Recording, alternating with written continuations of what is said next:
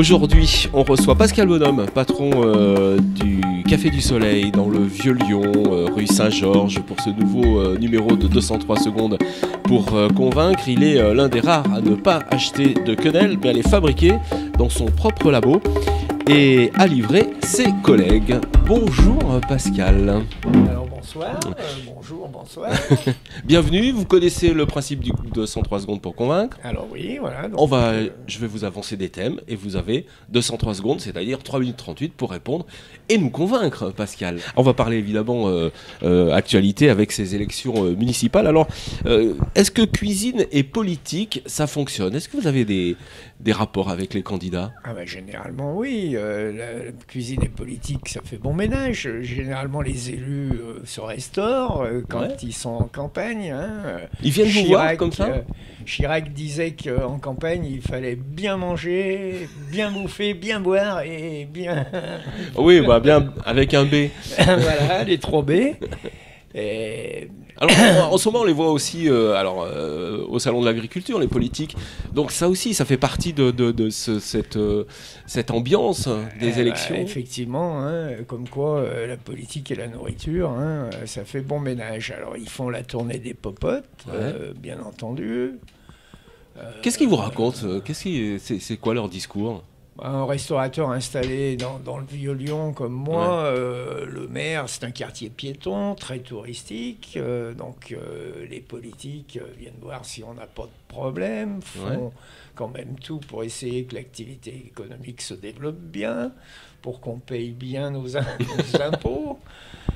Qu'est-ce que je pourrais vous dire? Vous avez un accès direct? Vous pouvez leur dire des choses aux politiques? Vous pensez que vous êtes écouté? Dans mon quartier, moi dans le 5e, le maire a déjà été réélu, on la connaît bien, et puis elle ne vient pas nous voir que pendant les périodes électorales, on la voit quand même assez régulièrement tout au long de l'année. Ah d'accord, donc vous avez quand même des relations... je veux dire citoyens et les relations avec les élus sont plutôt bonnes. Les commerçants généralement le maire est assez proche des commerçants de son quartier et les rapports sont plutôt bons. D'après vous, ça sert à quoi le pouvoir politique municipal? Ça sert beaucoup? Ça sert pour qui? Pour l'élu? Pour l'élu, c'est un sacerdoce plutôt, je sais pas. Toujours est-il que le pouvoir, ils ont l'air de l'aimer puisqu'ils se présentent. Que dire, mis à part énormément de soucis. Alors les soucis, vous en parlez aussi à vos petits soucis de restaurateurs, vous en parlez aussi aux politiques? Bien sûr, mais justement, l'élu, quand il vient nous voir, on a nos doléances. Alors justement, là, c'est quoi en ce moment? Vous avez des petites choses à... Les problèmes de stationnement ont bien été résolus, mais pendant des années dans le Vieux-Lyon, le stationnement, c'était une véritable catastrophe. Qu'est-ce que la vie du quartier Donc la politique fait... c'est cuisine et politique, ça fonctionne quoi en fait? Ah oui, ça fonctionne très très bien, oui. En plus, dans un quartier comme le Vieux-Lyon, où il y a pas loin de 200 établissements...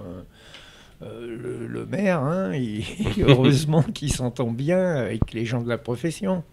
On va continuer pour ce 203 secondes pour convaincre. Et on va parler, Pascal Bonhomme, des étoiles du guide Michelin. Alors, d'après vous, est-ce que ça sert encore, les étoiles du guide Michelin? Pour les gens qui ont des restaurants gastronomiques, forcément, c'est le sacerdoce d'une vie. Les gens qui consacrent... leur vie à la gastronomie et bien sûr que le Michelin c'est la consécration suprême quoi. Et pour vous, vous en pensez quoi vous de ces étoiles? Vous croyez que ça sert vraiment à quelque chose ou c'est plutôt les clients qui sont importants? Non, mais pour ce genre d'établissement, bien sûr que les étoiles sont importantes et c'est ce qui leur fait venir cette clientèle haut de gamme. Cette clientèle de luxe. Donc les étoiles du guide Michelin, c'est vraiment pour le haut de gamme? Ah oui. D'ailleurs, est-ce que le guide Michelin va voir les bouchons lyonnais? Oui, alors le guide Michelin, il décerne pas de macarons, mais je crois qu'ils donnent des petites fourchettes pour... à Lyon, je pense peut-être qu'il y a 1 ou 2 bouchons qui ont une fourchette. Enfin, c'est quand même pas... le Michelin, c'est plus la gastronomie les bouchons, c'est pas leur... Ouais. Ça veut dire qu'il n'y aura jamais un bouchon étoilé. Bah, Ça va être compliqué. Ouais. Ouais. Si, ça pourrait arriver. Hein. Ouais. Dans notre quartier, là, il y a un petit établissement. Ouais. Le patron est d'ailleurs d'origine japonaise et un restaurant minuscule avec une quinzaine de places et qui a réussi à avoir un macaron Michelin. Ah d'accord, ouais. Donc voilà, sans que ça soit très grand ni très... Parce que vous êtes quand même, vous faites partie quand même de la gastronomie, les bouchons lyonnais, quand même, vous faites de la cuisine traditionnelle. Cuisine traditionnelle et régionale, quoi. Ouais. Est-ce qu'on peut appeler ça de la gastronomie? Mais est-ce que le régional ne fait pas partie justement de la gastronomie? C'est important de... Oui, mais on boxe pas dans la même catégorie quand même. Ouais. On est plutôt les poids plumes. Nous. Ah ouais. Mais voilà, la tradition... que vous dire de plus? Oh bah voilà, très bien, parfait. Merci Pascal. Bah, on continue. Alors là, on va aborder... Voilà, on le sait, vous êtes le roi de la quenelle. On va aborder donc le thème de la quenelle. Alors, évidemment, la quenelle a une autre actualité en ce moment. Alors moi, j'ai une question à vous poser, Pascal Bonhomme. Est-ce que la quenelle politique gêne la quenelle gastronomique? Qu'est-ce que vous en pensez de ça? J'ai pas vraiment le sentiment que ça nous gêne. Hein. Ça pourrait même plutôt faire une forme de publicité. Ouais. Ce qu'il faut, c'est un petit peu remettre les choses dans l'ordre et pas faire d'amalgame. Ouais. Mais le fait qu'on parle de la quenelle, ça ne peut être c'est pas plus que mal. Pour la quenelle, c'est pas plus mal. Ouais. Ça vous aide que la quenelle, enfin que le terme quenelle soit dans les médias alors finalement?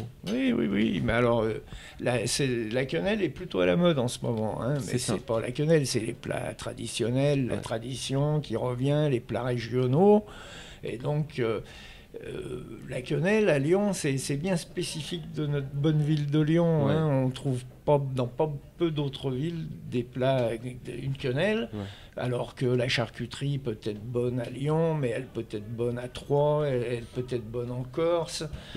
La quenelle, c'est vraiment typiquement lyonnais, donc c'est vraiment la spécialité lyonnaise par excellence. Vous avez une appellation d'origine contrôlée pour la quenelle ou pas? Non, je pense pas.